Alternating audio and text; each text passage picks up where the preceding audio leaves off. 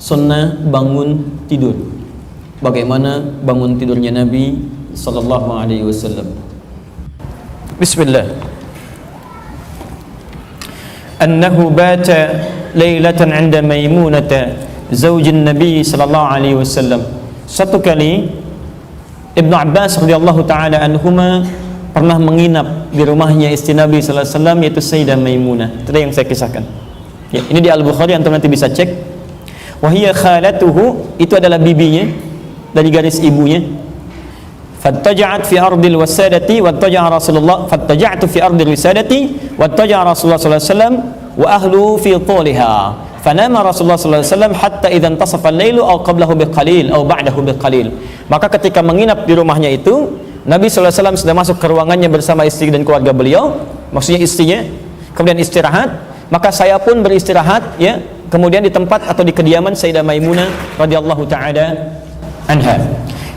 Kemudian setelah tiba pertengahan malam, hatta idzan tasafal lailu aw qablahu biqalil aw ba'dahu biqalil, maka ketika malam itu sampai di pertengahan atau lebih sedikit atau kurang sedikit, istaiqadha Rasulullah sallallahu alaihi wasallam, maka bangunlah Rasulullah sallallahu alaihi wasallam.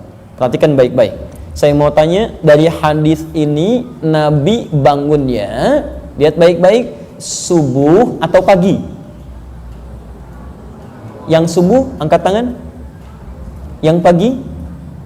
Baik, maka jawabannya bukan Allah alam, kan tadi baru saya bacakan. Saya bacakan, Nabi bangun pertengahan malam, lebih sedikit atau kurang sedikit. Jelas ya? Maka kebiasaan Nabi ketika bangun dalam tidurnya, awas, tidur di malam hari, bangun dalam tidurnya, bangunnya kapan? Pertengahan malam, lebih sedikit atau kurang sedikit. Paham sampai sini? Kalau pertengahan malam jam berapa? Jam berapa? Jam 3, jam 2, Masya Allah. Pertanyaannya, bagaimana mengukur pertengahan malam? Itu poinnya. Biasanya kalau malam itu maghrib ketemu subuh dibagi dua. Misal, kalau maghribnya sedang jam 7 di timur tengah, misal subuhnya jam 5, dari jam 7 ke jam 5 berapa lama? Dihitung 8, 9, 10, 11, 12, 1, 2, 3, 4, 5, 10. 10 bagi 2? 5. 5 tambah 7? 12. Berarti kalau pertengahan malam jam 12. Hitungan demikian. Lebih sedikit atau kurang sedikit. Baik. Kalau lebihnya misalnya lebih sedikit, jam 12 lebih sedikit mungkin lebih 30 menit ya, atau sekitarannya. Berarti Nabi bangun kisaran jam 1 ya, lebih sedikit, 1 setengah 2, demikian kurang lebih. Tayyib. Kalau kita ambil nanti hadis dengan tidur, nanti kita akan temukan bahwa tidurnya Nabi SAW itu tidak terlampau malam. Nanti kita bisa hitung kurang lebih ada sekitaran 5 jam dari pasca Nabi selesai menunaikan sholat isyanya. Misal, izin ya, tadi kan kalau dihitung pertengahan malam ya, sebelum isya dari maghribnya. Kalau sekarang kita hitung dari isyanya selesai, dari situ diambil 5 jam. Misal begini, nanti kita akan lihat hadis-hadis Nabi menyebutkan Nabi itu selesai isya itu tidak pernah bergadang. Ingat, selesai isya tidak pernah bergadang kecuali ada perlunya. Dalam kebiasaan normalnya, ingat, dalam kebiasaan normalnya. Catat kalimat dalam kebiasaan normal ini. Ayo, 1. Berarti sunnah pertama, jangan tidur terlalu malam agar antum bisa bangun lebih cepat. Sunnah pertama. Sekarang kita lihat cara bangunnya. Istaiqadha Rasulullah sallallahu alaihi wasallam fajalasa. Sunnah pertama, Nabi saat bangun dari tidur itu beliau berusaha untuk duduk terlebih dahulu. Saya ulang, sunnah pertama apa? Duduk. Jelas? Baik. Tolong fokus baik-baik. Saya ingin sedikit serius menekankan ini. Antum sebelum belajar ini, misal melakukan kebiasaan ini. Begitu bangun, antum duduk dulu. Saat Anda duduk, itu belum ada pahalanya. Nggak ada, itu cuma rutinitas saja.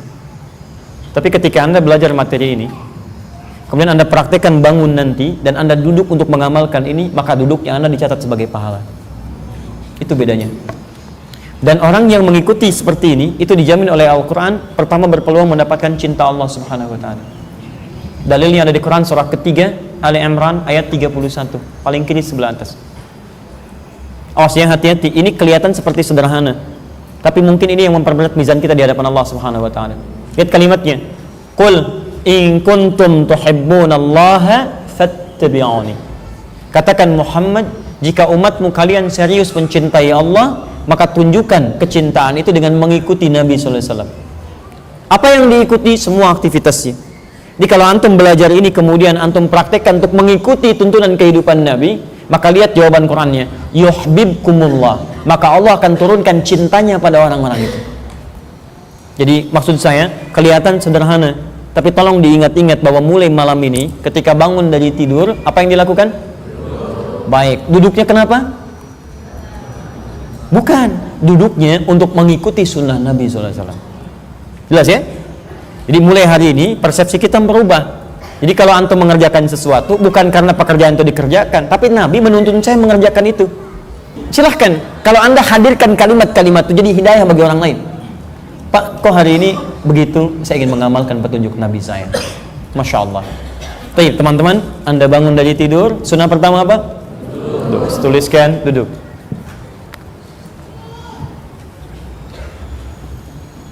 Baik. Sekarang perhatikan, duduknya di sini menggunakan jalasa.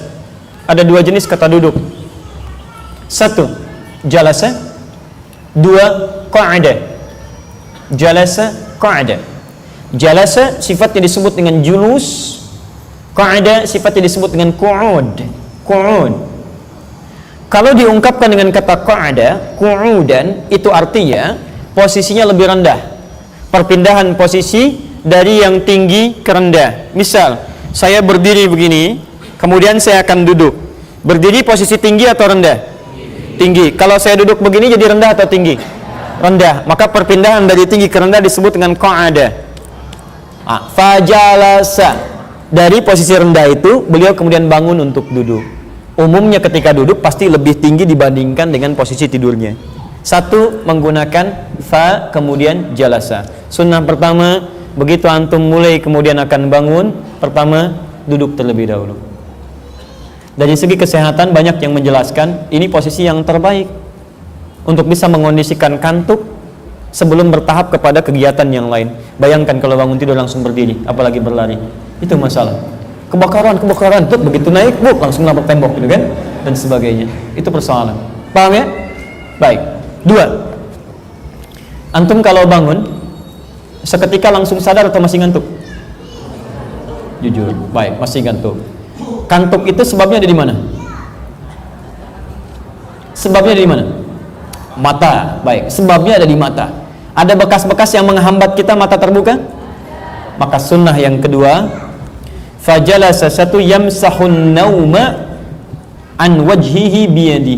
Sunnah kedua, setelah dia duduk dengan baik, nafas bisa diatur, dia bersihkan bekas-bekas ngantuk di matanya dengan bagian dari tangannya. Sunnah kedua, membersihkan bekas kantuknya dengan tangannya, menghilangkan sebab kantuknya dengan tangannya. Maaf ya, kelihatannya sederhana, tapi kalau antum praktekkan ada pahalanya lagi. Yang tertinggal karena tidak bisa mengulangi lagi. Baik, sekarang perhatikan. Dengan apa mengusapnya? Tangan itu mana? Yang ikhwan bisa tunjukkan saya tangan? Batasnya mana? Baik. Kalau ini apa? Ini apa? Jari. Baik. Ini apa? Punggung. Ini apa? Ini apa? Baik. Baik. Kalau tangan yang mana? Semuanya. Baik. Di pas mau mengusap? Gitu. Masya Allah. Baik. Ya. Kenapa? Sunnah Nabi. Masya Allah. Ada manusia. Baik. Lihat ini, lihat sini. Lihat sini.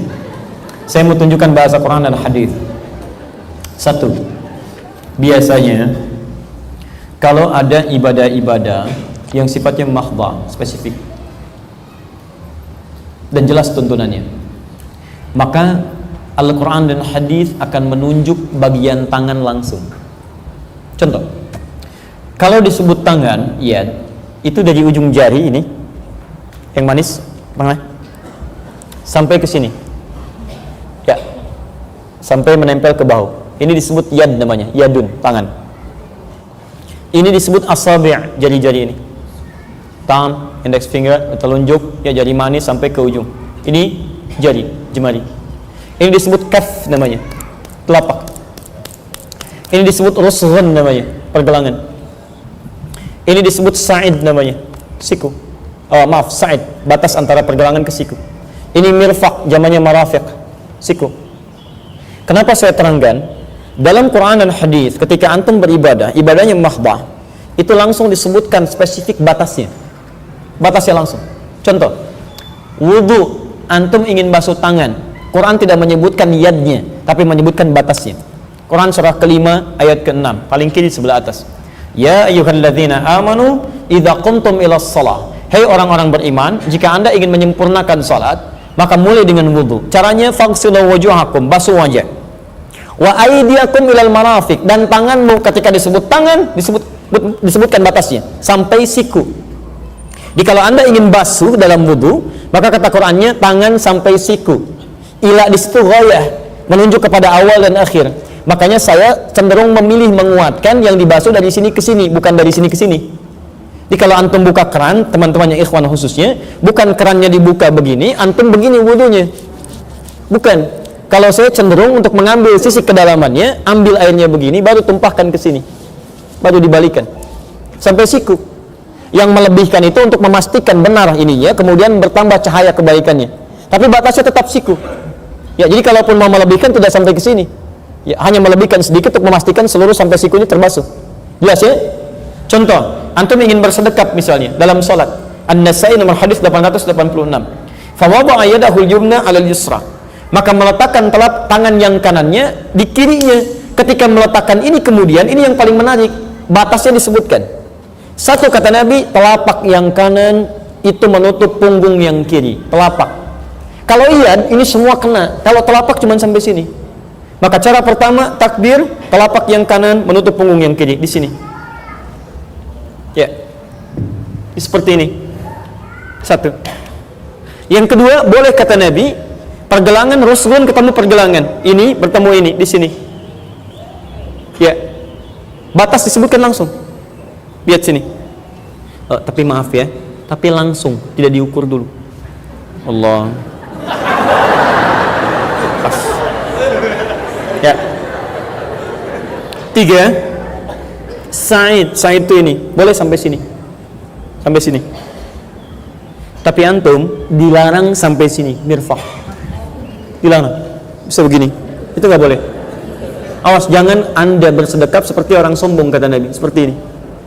Antum sedang kontrol proyek kan, Masya Allah. Oke? Baik, maka Anda salah kalau Anda salat seperti ini, bermaksiat pada Nabi SAW. Sampai sini. Paham sampai sini? Tapi saat Anda diminta beribadah di luar pada aspek yang mahdah, diberikan antum keringanan dan fleksibilitas dalam menunaikannya. Contohnya, ketika mengusap Anda bagian mata untuk menghilangkan bekas kantuknya, Nabi tidak merinci apakah menggunakan jari, apakah menggunakan punggung, atau menggunakan telapak, atau ada yang menggunakan bagian dari sa'idnya begini. Paham? Kenapa tidak dirinci dengan alasan? Satu, karena tidak setiap orang bisa menggunakan bagian yang sama. Satu. Dua, karena Nabi sendiri nanti mengatakan, jika Anda bangun dari tidur, maka cucilah tangan Anda, karena Anda tidak tahu bagian mana dari bagian tangan itu yang mengerjakan hal yang tidak baik atau menyentuh yang kotor. Tayyib. Maka dari sini ketika orang bangun, lihat baik-baik, dia sudah paham dalam pergerakannya, dalam kesehariannya, bahkan saat tidurnya, umumnya saat dia menyentuh atau dalam tidurnya tidak merasa menyentuh bagian mana, itu biasanya bagian ini dengan bagian belakang. Maka ketika Anda bangun merasa bagian yang ini misalnya bermasalah, Anda bisa gunakan bagian yang lainnya. Maka Anda tidak harus membenturkan satu hadis dengan hadis yang lainnya. Nanti saya ajarkan ketika masuk pada hadis yang kedua. Jadi sunnah nabinya memberikan gambaran saat duduk, hilangkan bekas kantuk, tapi tidak merinci harus menggunakan yang mana yang harus kita kemudian gunakan itu. Paham? Baik. Kalau pakai yang kanan benar? Pakai yang kiri benar? Benar, karena kalimatnya menggunakan tangan. Tapi kalau boleh memilih antara kanan dengan kiri, mana yang digunakan? Kanan. Bahkan kadang-kadang dua-duanya bisa digunakan. Ya, tapi kalau kanan bisa digunakan, itu lebih bagus. Jelas ya? Baik. Jadi ketika duduk, ngantuk sudah dihilangkan, maka kita terbantu dalam kesadaran untuk mengerjakan sunnah selanjutnya. Baik. Kira-kira apa sunnah selanjutnya? Jangan dikira-kira, kita bacakan. Teruskan. Masih ada waktu? Bismillah.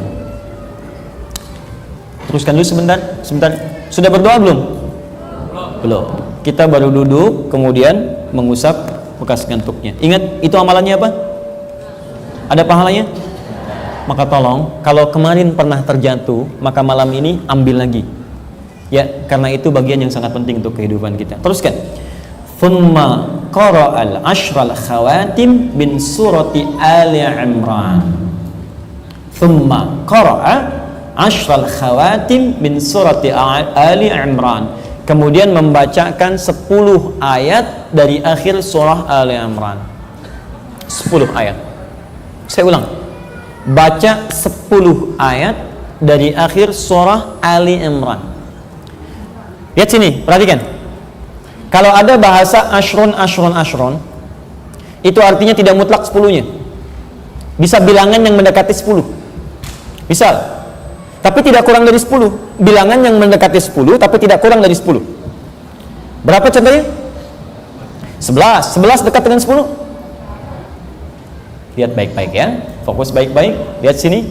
Kalau ada kata ashrun, itu diterjemahkan dengan 10. Tapi secara bahasa tidak harus menunjuk 10. Bisa pada jumlah bilangan yang bilangannya dekat dengan 10 tapi tidak kurang dari 10. Bilangan apa yang dekat dengan 10 tapi tidak kurang dari 10? 11. 12 dekat? Dekat. Kurang dari 10? Tidak. Maka kalau disebutkan ashrun, bisa 10 pas, bisa 11, bisa juga 12. Sama dengan begini, arba'in. Arba'in itu 40. Tapi bisa juga mencakup bukan pas 40, bisa angka yang dekat dengan 40 tapi tidak sampai 40. 41 dekat dengan 40? 42? Anda buka hadis arba'in Imam An-Nawawi, berapa jumlahnya? 42. Tulisannya arba'in tapi jumlahnya 42. Anda bertanya, Ustaz bagaimana ini tertulisnya arba'in tapi kok jumlahnya 42? Maka dijawab 40 arba'in itu tidak hanya mencakup jumlah pas 40, tapi jumlah yang dekat dengan itu tapi lebih daripada itu. Kenapa saya sampaikan ini? Dalam bahasa hadisnya ashrun disebutkan jumlah 10, tapi hitungannya dimulai dari ayat 190.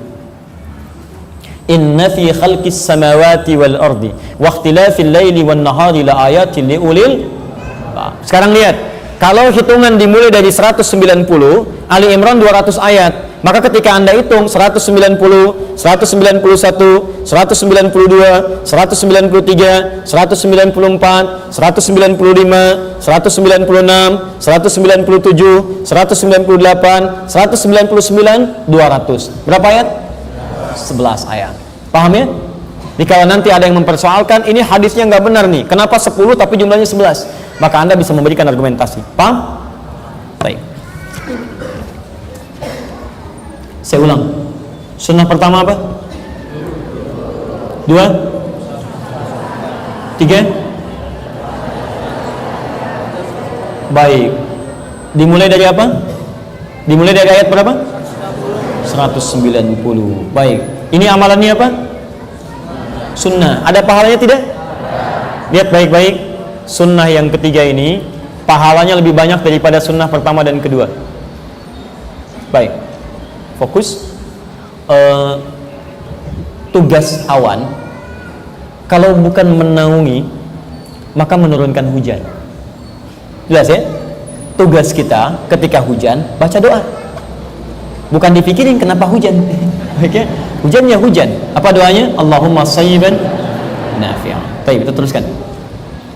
Silahkan barangkali kalau ada keperluan yang genting tidak ada masalah. Jemuran belum diangkat atau ada yang lain-lain tidak ada persoalan. Bismillah. Baik, saya ulang. Fokus. 1. Saya katakan sunnah yang ketiga ini itu pahalanya lebih banyak daripada sunnah pertama dan kedua. Kenapa? Anda kehilangan sunnah yang ini ruginya banyak. Karena bacaan Al-Quran setiap hurufnya itu berpahala lagi. Satu hurufnya berapa? 10 kebaikan. Dalilnya At-Tirmidzi nomor hadis 2910. Man qara'a harfan min kitabillahi falahu asyru hasanat. Siapa yang bisa membaca satu huruf dari kitabullah, dia mendapatkan setiap hurufnya 10 kebaikan. Pertanyaan saya, 11 ayat tadi, dari ayat 190 sampai ayat 200, pertanyaan saya, berapa jumlah hurufnya? Maka kalau Anda kehilangan jumlah ini, maka Anda kehilangan pahala yang cukup melimpah. Baik, dari sini saya ingin bangun komitmen dulu. Saya tidak suka saya menyampaikan satu ajaran tapi kita tidak mengamalkannya. Saya ingin bangun komitmen dulu. Siap mengamalkan setiap sunnahnya? Saya ulang, siap mengamalkan setiap sunnahnya? Baik, saya cukupkan dulu sampai